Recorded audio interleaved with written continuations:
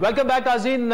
Budget खुसूसी budget transmission में एक दफा फिर आपका खैर मकदम है। हमारे चीफ रिपोर्टर सनाउल्लाह खान हमारे साथ मौजूद है।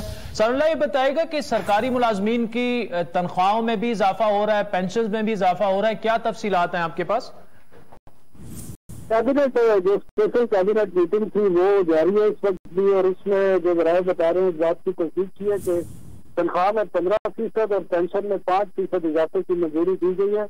और इसके लिए जो एडिशनल बोझ पड़ेगा वो 71 अरब 59 करोड़ रुपए का इजाफी जो फाइनेंशियल इम्पैक्ट आएगा फेडरल गवर्नमेंट के। ये दोनों मिला के मुलाजमीन की तनख्वाहें और पेंशन दोनों मिला के 71 अरब मिला के जो मुख्तलिफ तजावीज थी जिसमें 10% की थी, और इसमें ये भी तजवीज थी कि जो 17 से 22 ग्रेड के मुलाजमीन है उनको फिलहाल छोड़ दिया जाए।